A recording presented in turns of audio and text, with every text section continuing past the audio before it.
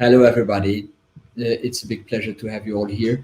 Today, we will talk to Jas Madhur. I forgot to say that my name is Marco Hauen. I'm the co-founder of How Coaching.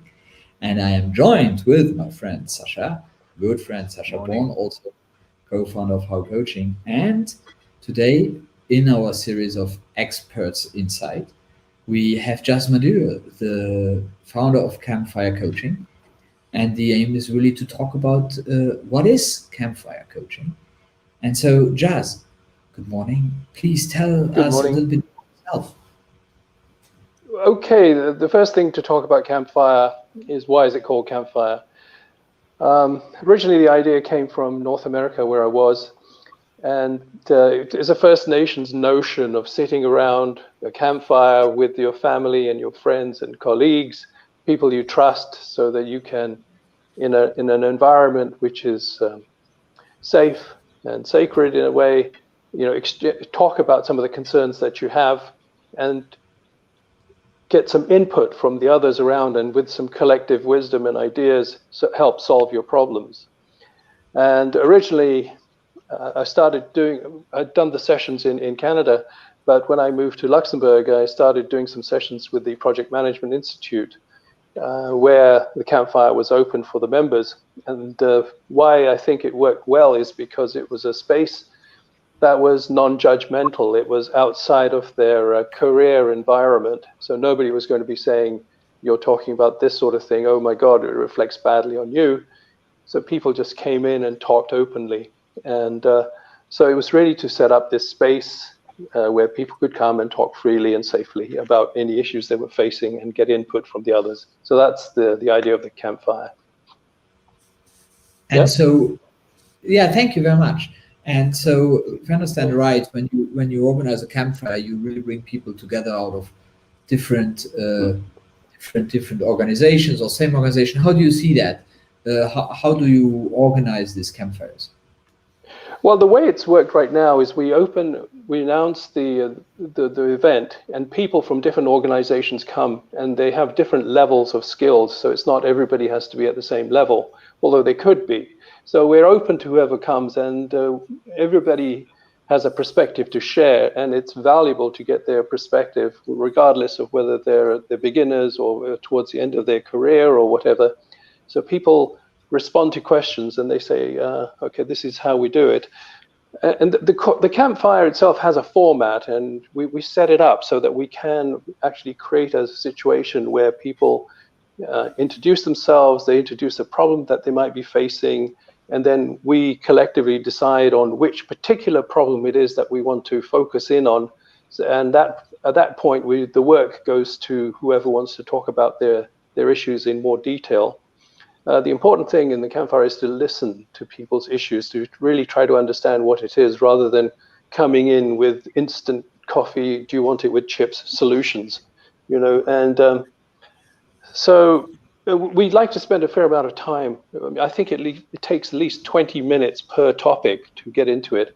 And sometimes campfires can last from an hour and a half to 2 hours, and sometimes maybe even longer, depending on what the attention or the engagement level is by the various participants.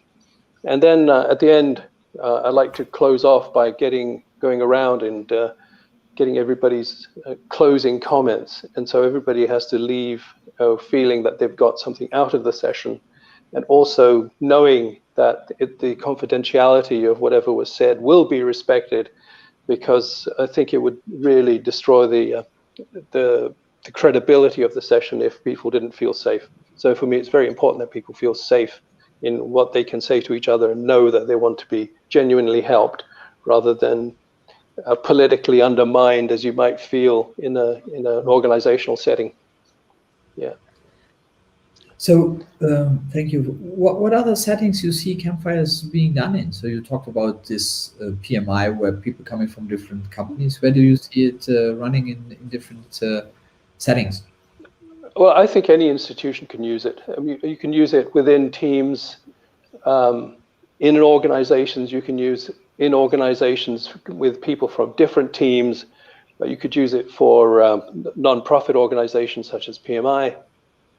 I think it's even on some really the focus is on people working effectively together, knowing that their issues will be dealt with effectively. And I think this method of Campfire coaching and mentoring and listening can be used by people all over. I hope that people would say, I too want to run a Campfire session, in which case I would be delighted. I think this is a good way to propagate problem solving collectively together.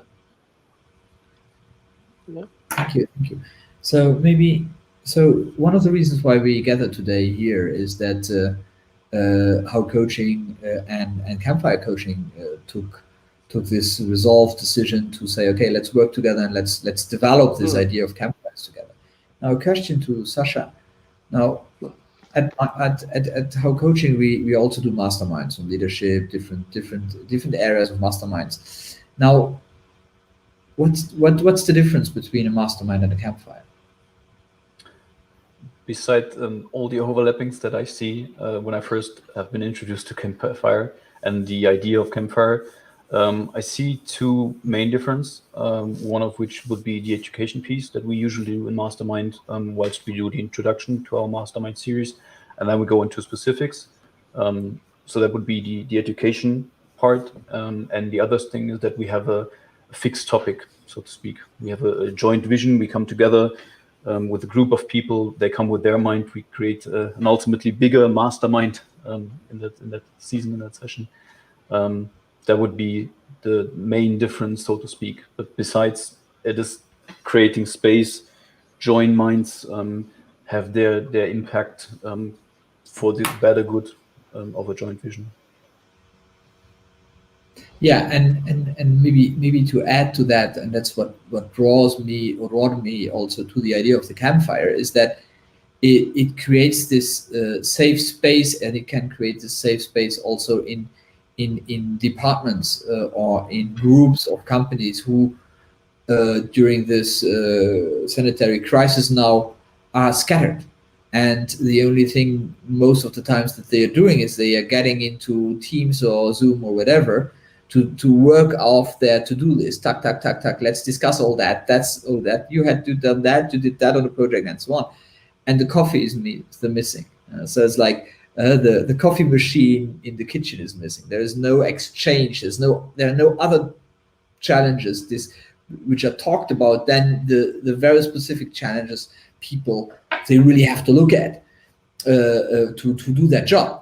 Now, I think in this new realm and this new reality, which is just created by this tiny virus, we still need to come together and tackle bigger issues and tackle and talk about, and just, I will not say hang out together, because that's not what Campfire is about. It's not about hanging out, but it's about talking about the issues beyond the directly related project challenges, to really go further. So and that is a reason why I see this working so nicely together with, one hand side, the mastermind, very focused. Let's talk about leadership. Let's talk about my own leadership. How can I make it better? And then exchange on that. And on the other hand side, the Campfire is about, hey, I have this challenge in our group, and I really would like to address that here, so that we can talk about it. And then we talk about it, and if we do that regularly, well, we keep being a team together, rather than a set of freelance Upworkers who just deliver on some whatever. So, yeah, what are your thoughts on that, Jas? Yeah, I definitely agree. I was a bit concerned, actually, because when we had our first Campfire on using a Zoom session, I was wondering how much we would lose of the direct face-to-face kind of contact. But what it did provide was this sort of middle ground where people came to talk about, not randomly about any old thing, but in a focused way, knowing that we were trying to build a degree of cohesion in sort of our own personal sense of how we felt about doing our jobs, but also reaching out to the others and saying, you could be doing this in a suggestive, sort of helpful manner. So in this sort of situation, say a team within an organization wants to run a Campfire, maybe they've been away working down their checklists, but actually want to move away and come to the situation where we sit around and say, okay, so what's happening? How are you coping with this situation?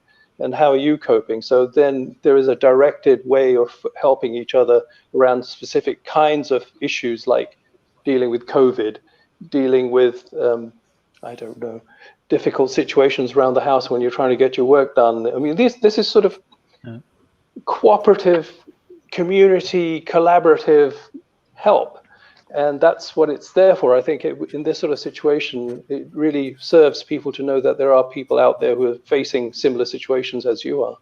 So you're not alone. And by being able to share and knowing there's a regularity of meetings and there's a way of going through a problem so that you know it's going to be handled in a good way, should give some people comfort that they can reach out and that they're not alone and isolated, which I think is a danger these days under COVID specifically. Yeah. That is something that struck me in the first place when I was thinking about Campfire and coaching, and those specific two terms where I myself, for no reason other than joining a Campfire, and I just see myself going to a Campfire, I was just overhearing, just listening to conversation and say, well, that perfectly matches mine, and see there's that bit of coaching which is not here's how to do it, but really in a conversational manner, touch those points that are not necessarily talked about. And I felt that what you said about the Zoom session, I felt awkward the first time, but the more you're used to get into a video call, conference calls, whatever, the medium obviously is different. It's not a Campfire anymore, but it's the same feeling that I got. And that perfectly through it. Yeah. Yeah, I was thinking that. Go ahead, Marco, please. Yeah. No. As you wish. Yeah. I'm just trying to formulate my thought around the gentle coaching, the gentle mentoring. You can, rather than saying, okay, this is take out your notebooks, this is what we're talking about. It's just a conversational nudging people along and saying that there is. I think one of the things about getting older, as I am now, is that you can bring a degree of calmness and sort of an understanding in a way to situations, but not to say that being older gives you have the answers. I think some of the answers come from around the table, from the multiple perspectives, things that people are going to see that I'm not going to see because of where I'm sitting. And similarly, what's in my back is not visible to me, it is to you. So you're going to help me take it out. So great, and that fosters community and caring, which is the underlying thing about campfires. We live in a society, we share this, we share the COVID virus, we share all sorts of difficulties together. So let's work together. And that's one way I see campfires as helping people and teams produce results. Yeah. I think it's a beautiful idea. I love the name, and I always feel warm when I think about the campfire, which in Luxembourgish winters can help. So well, even in the summertime, late. I think it speaks to developing a sense of intimacy around something very primal that we've always had as humans, and we should not lose sight of. There you are. Absolutely. So, if you would have to summarize, what would be the 2-3 goals that people should expect when they go into, or results, better to say, which they should expect when they go into a campfire session? Well, they should definitely feel safe. They should feel free to talk about whatever they want to talk about. They should definitely feel like they've been listened to and understood. And I hope they feel that they get some goodness out of it. I think that to me would be really good, and it's helped them solve some real problem. They get an aha moment, if you want. Aha, I didn't realize that I could do it this way. And so, maybe a bonus 2 or 3 ahas would be fabulous. Beautiful. Beautiful. So thank you so much for sharing that with us. Thank you for approaching us with this beautiful idea. I'm really looking forward we're really looking forward to develop this together and to see where it brings us, and to a beautiful adventure. Thank you very much, both of you. Well, thank you very much, Marco, also. And I also want to take a moment to acknowledge my men's circle where we polish this idea in Toronto. So, gentlemen, cheers to you. Okay. Thank you so much. Bye-bye. Cheers. Bye. Thank you very much. Good to see you. Cheers.